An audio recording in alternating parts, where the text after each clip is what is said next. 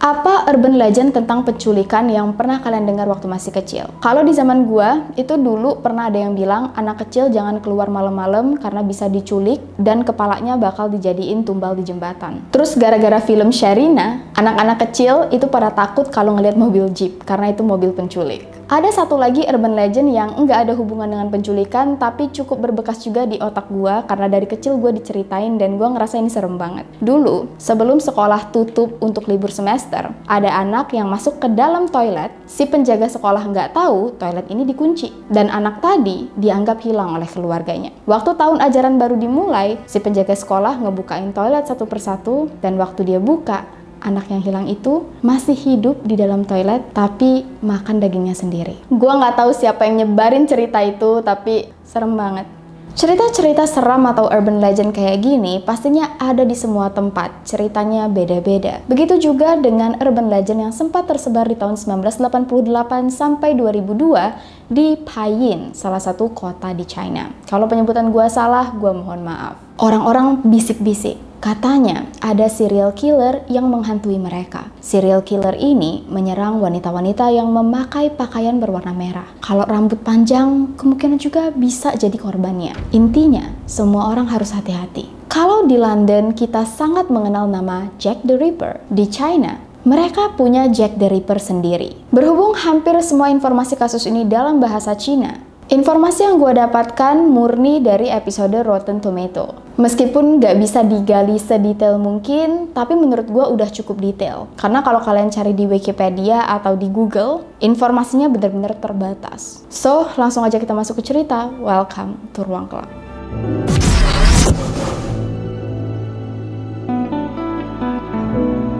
Cao Chengyong adalah salah satu anak yang lahir di daerah Lanzhou, China. Lagi-lagi, kalau misalnya salah penyebutan gue mohon maaf.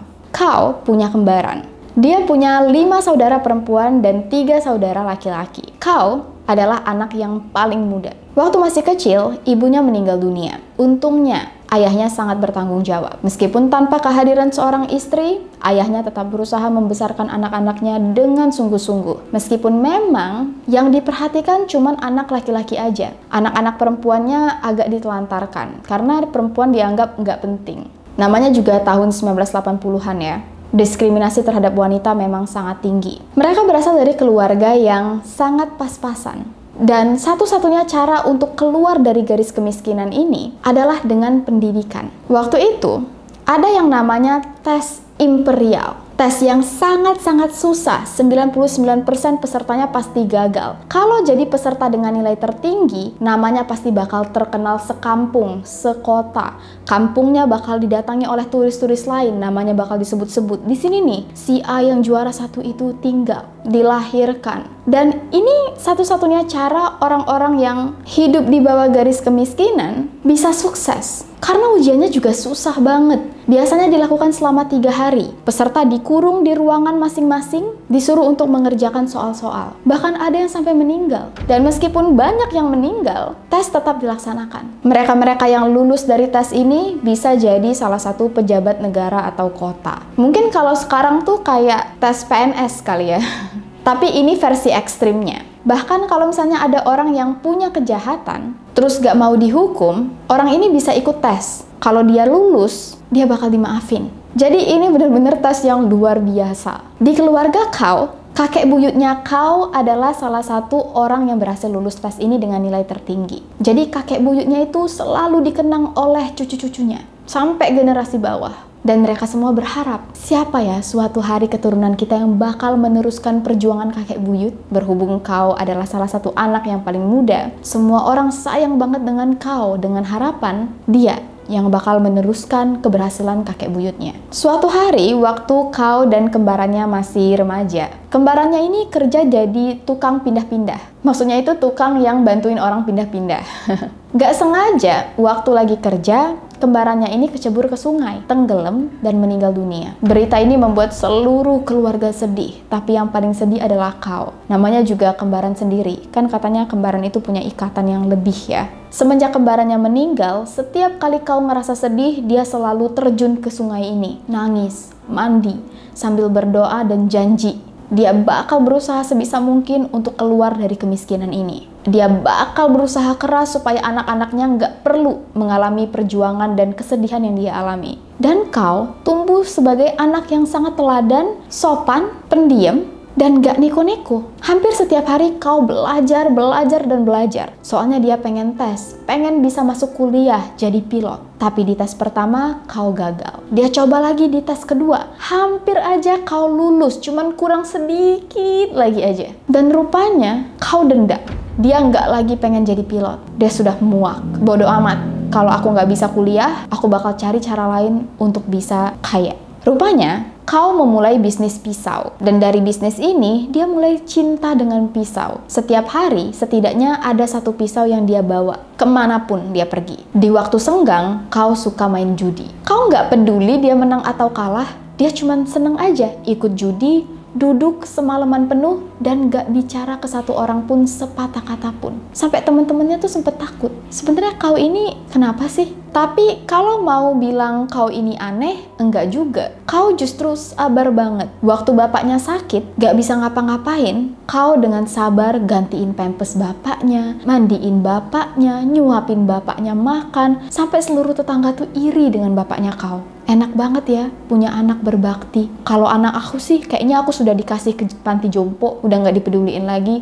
Tapi kau sabar banget ngurusin kamu. Bapaknya seneng, dia nggak kepikiran hal-hal aneh sedikit pun. Jadi bisa dibilang kau ini anak idaman semua orang. Suatu hari waktu kau lagi kerja, dia bertemu dengan wanita bernama Chang Qingfeng. Salah lagi penyebutannya, Chang Qingfeng. Kalau misalnya masih salah, gue mohon maaf. Keduanya mulai jatuh cinta, dan berhubung kau nggak punya uang, tiap malam minggu kau cuma bisa ngajakin pacarnya makan mie goreng. Dan suatu hari kau ngasih pacarnya antingan seharga $1, antingan murah. Keluarga Chang, keluarga calon istrinya ini, nggak setuju. Mereka berasal dari keluarga yang cukup berada. Waktu tahu anak mereka pacaran dengan siapa sih nama tadi? Kau yang nggak punya uang, orang tuanya bilang, kamu bisa kan cari yang lebih baik, yang lebih punya duit. Masa cuman bisa beliin kamu antingan $1?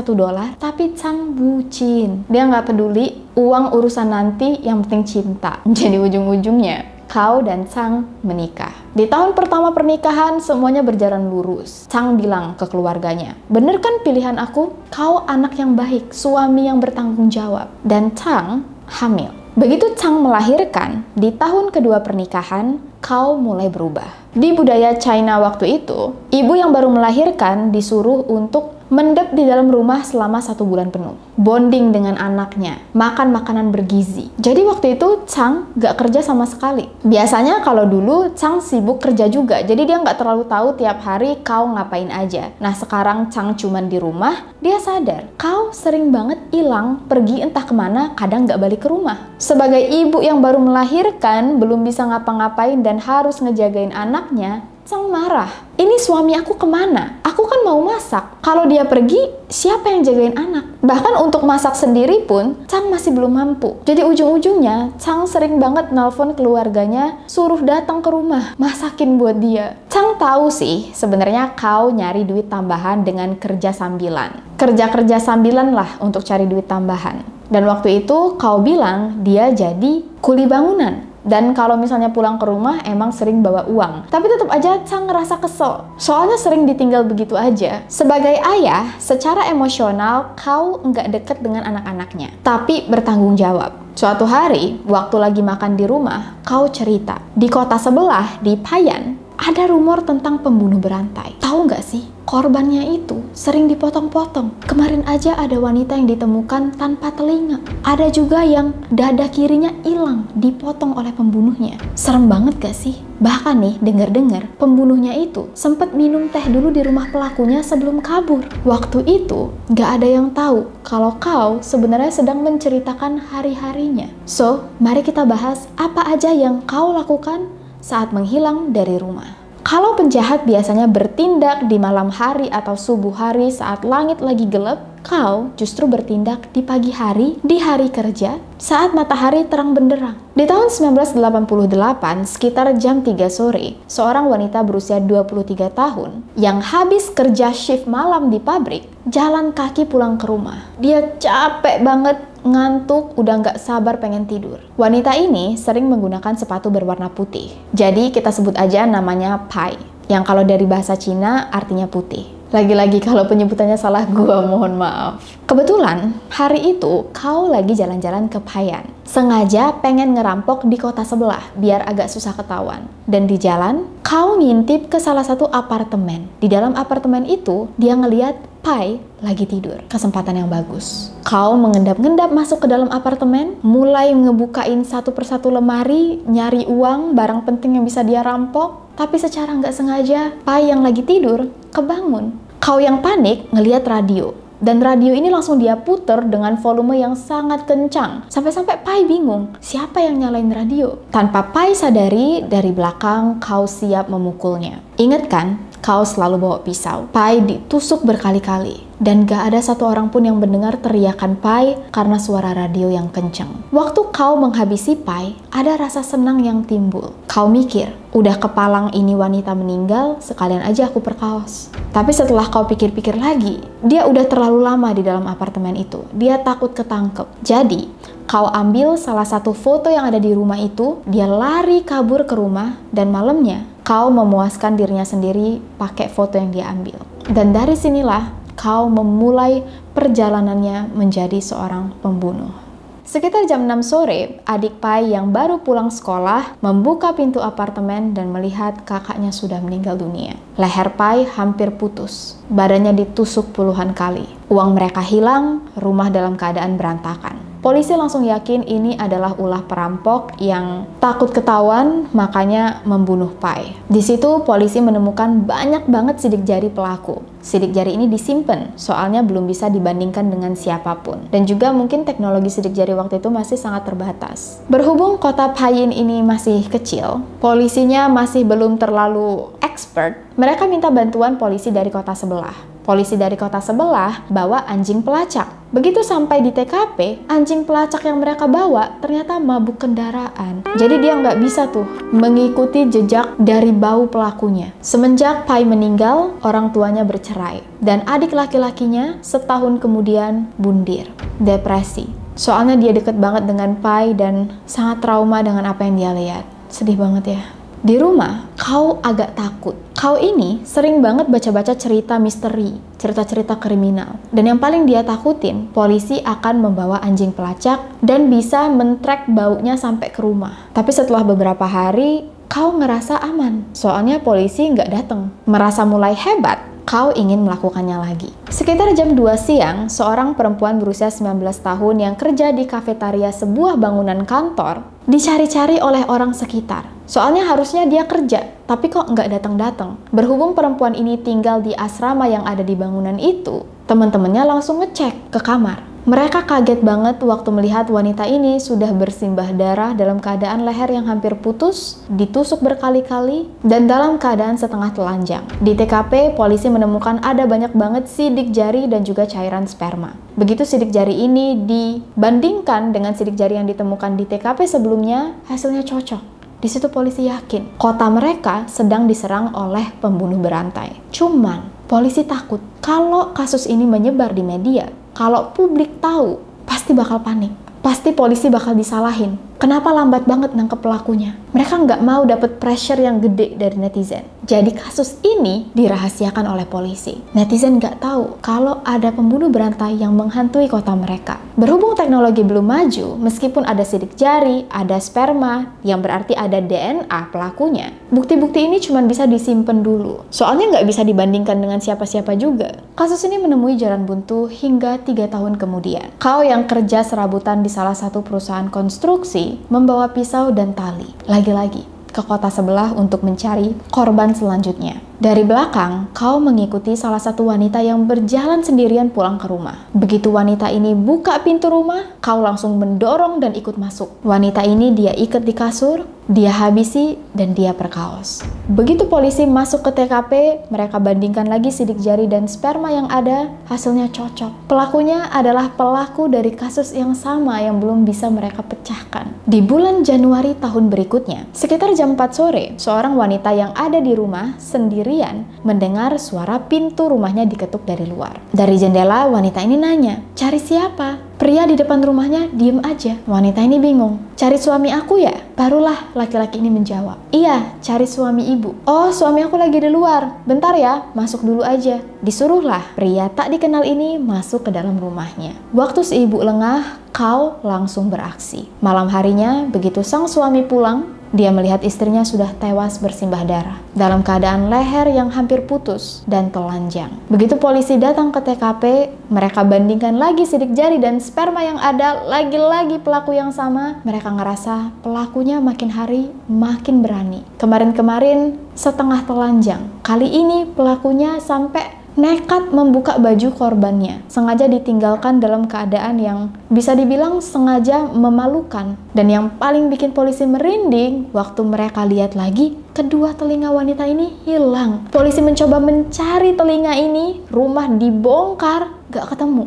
Dan di situ mereka sadar, pelakunya bawa pulang telinga wanita ini. Pelakunya makin berani dan makin gila. Semua anggota polisi disuruh untuk bungkam. Jangan sampai berita ini keluar. Nanti netizen nyalahin polisi gara-gara nggak bisa nangkep pelakunya. Waktu para polisi lagi meeting, tiba-tiba telepon mereka bunyi. "Halo, ada pembunuhan lagi." Waktu polisi datang ke TKP, seorang wanita berusia 27 tahun ditemukan meninggal dunia, ditusuk berkali-kali, leher hampir putus, dan dada kirinya dipotong hilang. Gak cuman itu aja. Waktu jenazah dibalikkan oleh polisi, ada beberapa daging di bagian punggung yang juga hilang. Polisi sampai nggak mau mikir kenapa pelakunya membawa daging itu. Apakah untuk dimakan? Sidik jari, DNA, sperma, semuanya ada. Cuman nggak ada yang bisa dilakukan oleh polisi dengan bukti-bukti ini. Yang pasti pelakunya masih orang yang sama. Kejahatan Kao nggak berhenti sampai situ aja. Kali ini, ada anak berusia 8 tahun yang ditinggal sendirian oleh ibu dan bapaknya di rumah. Ibunya kerja, bapaknya lagi dinas di luar.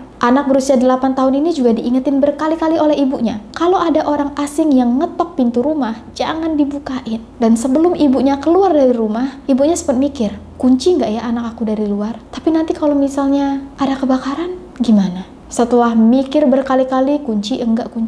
Akhirnya ibunya memutuskan untuk ya udahlah, gak apa-apa. Suruh anaknya kunci sendiri aja dari dalam. Dan ini adalah penyesalan ibunya seumur hidup. Karena begitu malam hari sang ibu pulang, rumah dalam keadaan sepi. Dia cari-cari anaknya, gak ada. Dan waktu dia buka di dalam lemari, di situ dia menemukan anaknya meninggal dalam keadaan dicekik menggunakan tali pinggang. Anak ini juga diperkaos. Begitu polisi datang, mereka ngeliat di atas meja makan ada cangkir teh. Polisi nanya, "Ini cangkir teh ibu yang minum?" "Bukan, aku selalu cuci piring sebelum aku keluar rumah." "Jadi anak ibu yang minum?"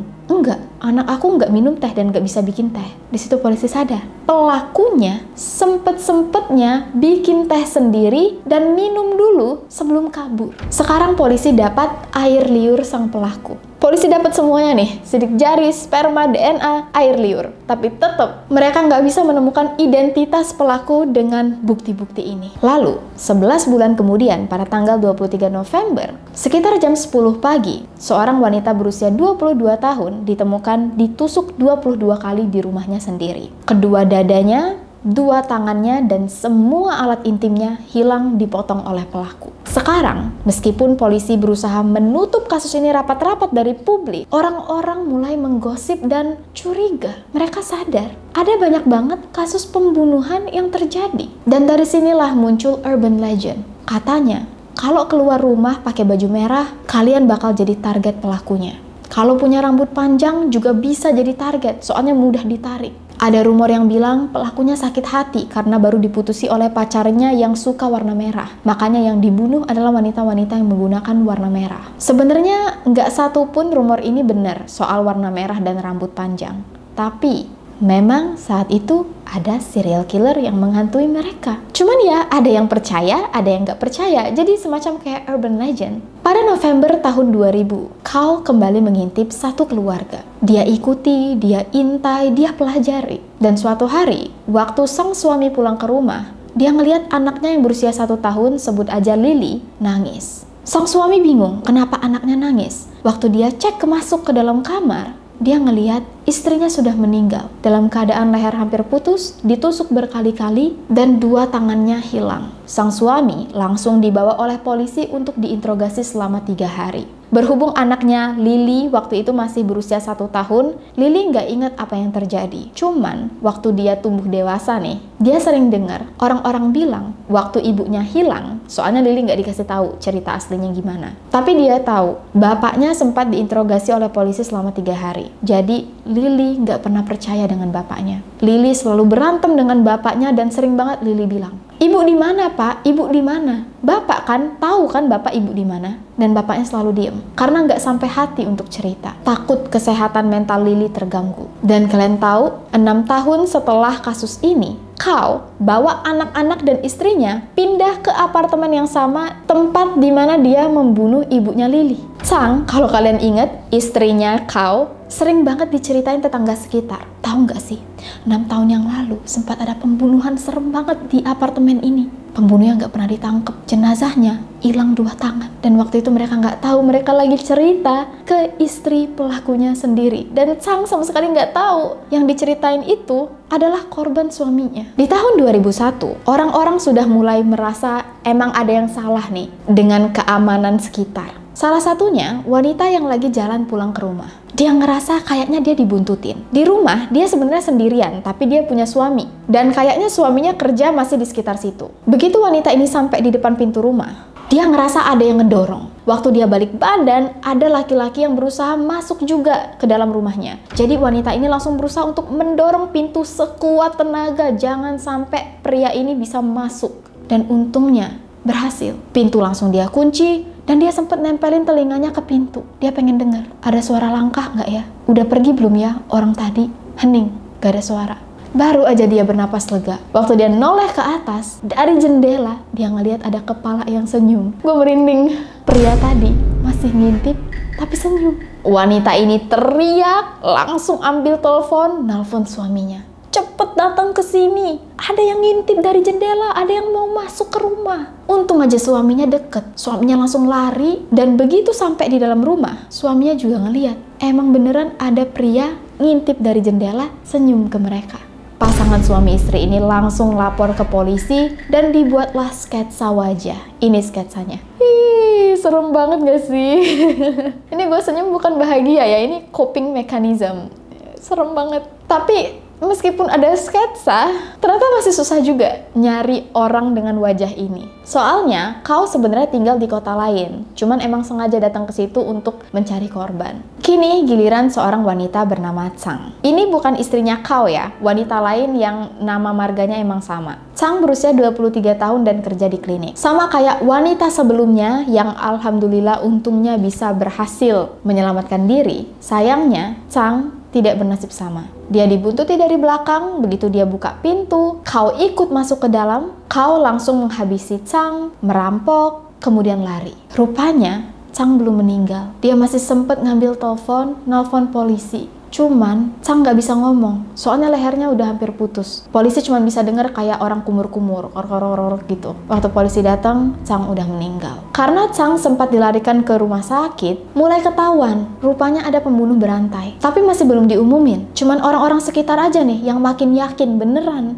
ada pelaku yang belum ketangkep dan mengintai kota mereka. Kemudian giliran wanita bernama Cheng. Waktu itu Cheng menyewa hotel sendirian, dan dari belakang dia dibuntuti oleh Kao. Meskipun Cheng melawan sekuat tenaga, tenaganya tetap kalah. Dia dihabisi, tapi enggak diperkaos. Soalnya Kao ngerasa takut orang-orang curiga, soalnya mereka berantem keras banget. Sempet berisik lah. Jadi begitu Kao selesai merampok, dia langsung lari. Karena udah banyak rumor yang tersebar nih, sekolah-sekolah juga mulai takut. Mereka mengadakan meeting. Seluruh siswa dan orang tua siswa dipanggil. Dikasih semacam penyuluhan. Gimana caranya mereka dan anak-anak mereka bisa aman. Dan kalian tahu, Kao diundang juga. Dia datang bareng anaknya. Bisa nggak kalian bayangin lagi ada penyuluhan gimana caranya supaya tidak menjadi target pembunuh berantai, padahal pembunuh berantainya ada di situ.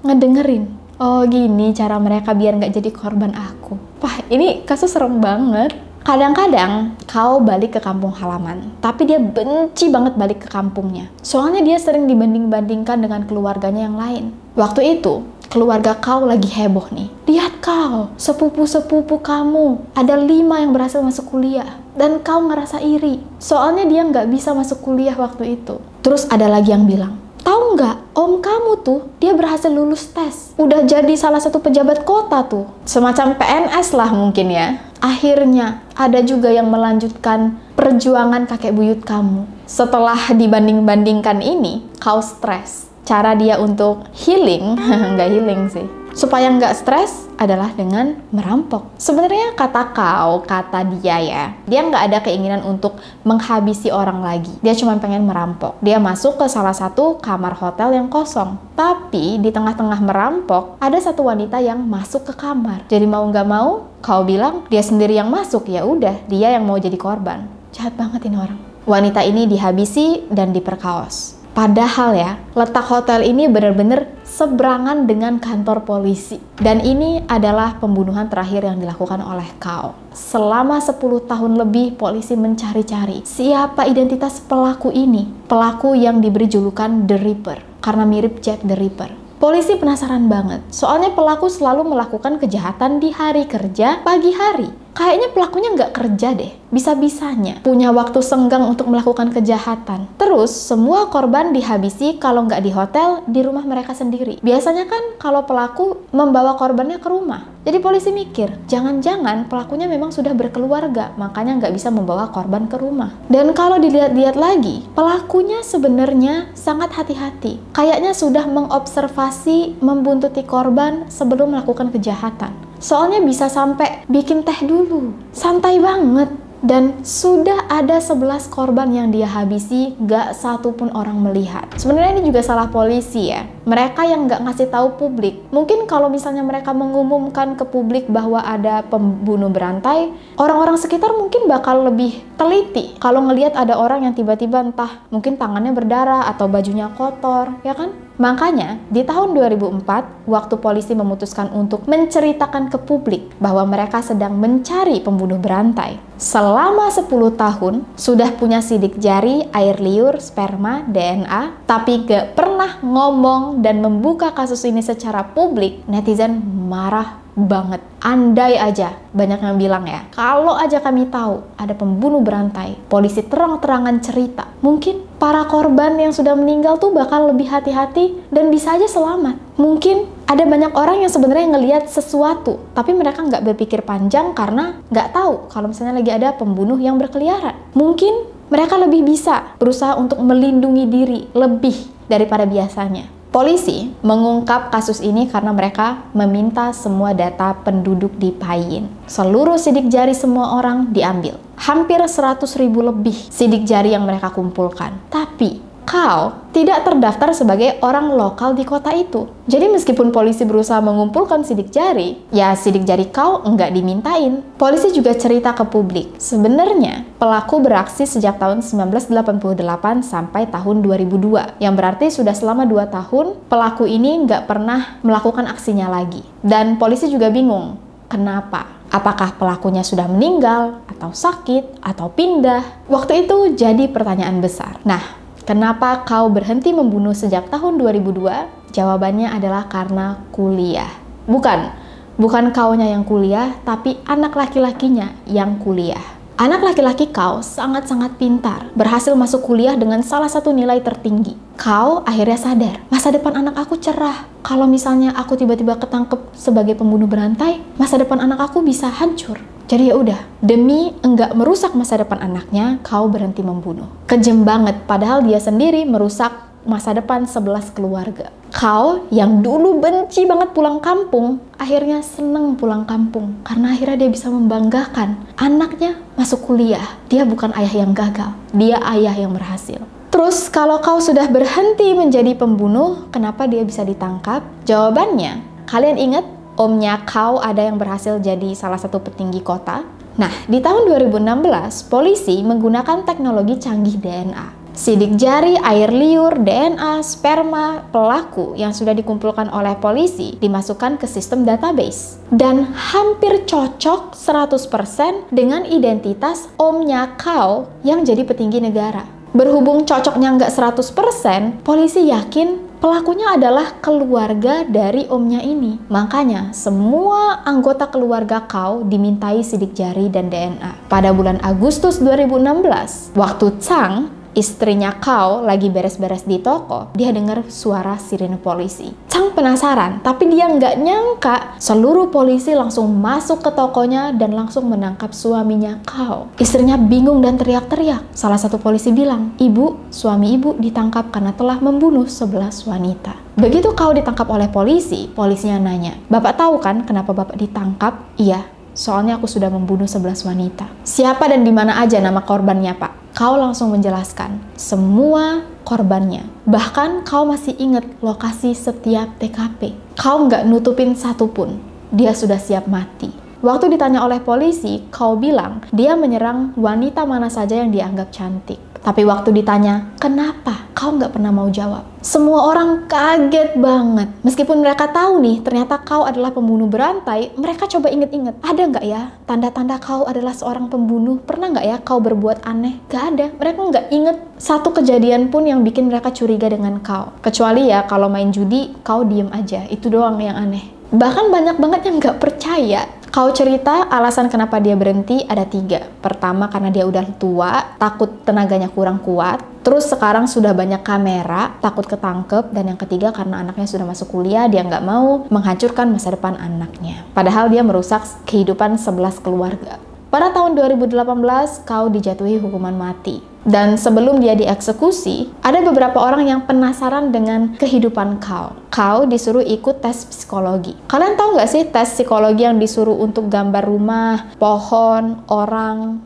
Nah, biasanya tes ini tuh digunakan untuk melihat jati diri seseorang. Si Kao disuruh untuk menjalankan tes ini. Nah, secara garis besar katanya, rumah ini sebenarnya menggambarkan hubungan seseorang dengan keluarganya. Dan yang paling penting biasanya yang dilihat itu gambar atap. Karena ini menggambarkan intelektualitas. Kalau atapnya kokoh, jelas, detail, artinya orangnya perhatian dan penuh persiapan. Kalau misalnya di rumah ini nggak ada jendela, itu artinya dia nggak suka orang lain tahu tentang kehidupan rumahnya. Kalau misalnya ukuran rumahnya kecil, itu berarti dia ingin melupakan kejadian apa aja yang terjadi di rumahnya. Gitu-gitulah, gue juga bukan psikolog, tapi itu informasi yang gue dapat. Terus kalau pohon nih, yang paling penting tuh akarnya. Karena ini tuh melambangkan pendirian seseorang. Dan gambar orang itu biasanya mencerminkan siapa sosok ideal bagi kita. Posisi tangan atau kaki orang yang digambar juga punya arti masing-masing. Sebenarnya keakuratan tes ini tuh nggak 100% akurat dan juga cukup menimbulkan kontroversi. Tapi tesnya masih dipakai, bahkan gue juga sempet menjalani tes ini waktu masuk SMA kalau nggak salah ya. Nah, biasanya kan kalau orang tuh gambar rumah ya tahu kan kita udah punya image rumah pada umumnya. Orang mungkin orang terdekat kita, pohon ya pohon gitu kan. Nah, tahu nggak apa yang digambar oleh Kao? Waktu disuruh gambar rumah, dia malah gambar kuil.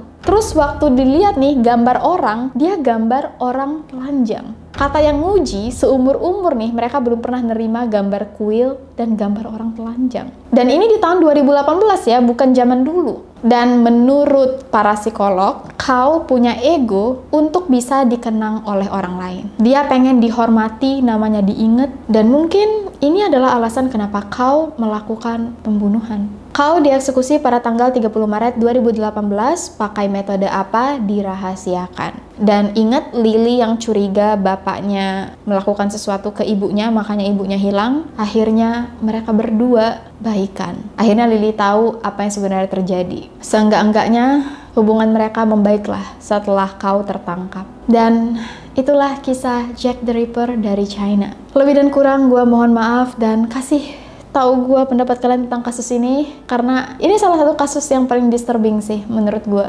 Mungkin karena Kao kalau di rumah dianggap sebagai bapak yang baik. Orang-orang sekitar juga nganggap dia nggak aneh. Tapi rupanya punya kehidupan rahasia yang sangat mengerikan. Dan kalian tahu kenapa Kao mengambil beberapa bagian tubuh korbannya? Sebenarnya nggak dia makan. Dia memotong bagian-bagian ini karena marah. Soalnya korban melawan saat akan dihabisi. Potongan-potongan daging ini biasanya Kao taruh dalam kantong plastik terus dia buang ke sungai. Emang otaknya nggak waras. Dan ya, sampai di sini dulu cerita kita pada kali ini. Lebih dan kurang gue mohon maaf. thank you so much atas semua support kalian. I'll see you guys very soon in the next video. Jangan lupa untuk like, subscribe, nyalain loncengnya, share ke teman-teman kalian, dan jangan lupa juga follow Instagram kita di sini dan TikTok gue di sini. Please stay safe, take care, and stay alive.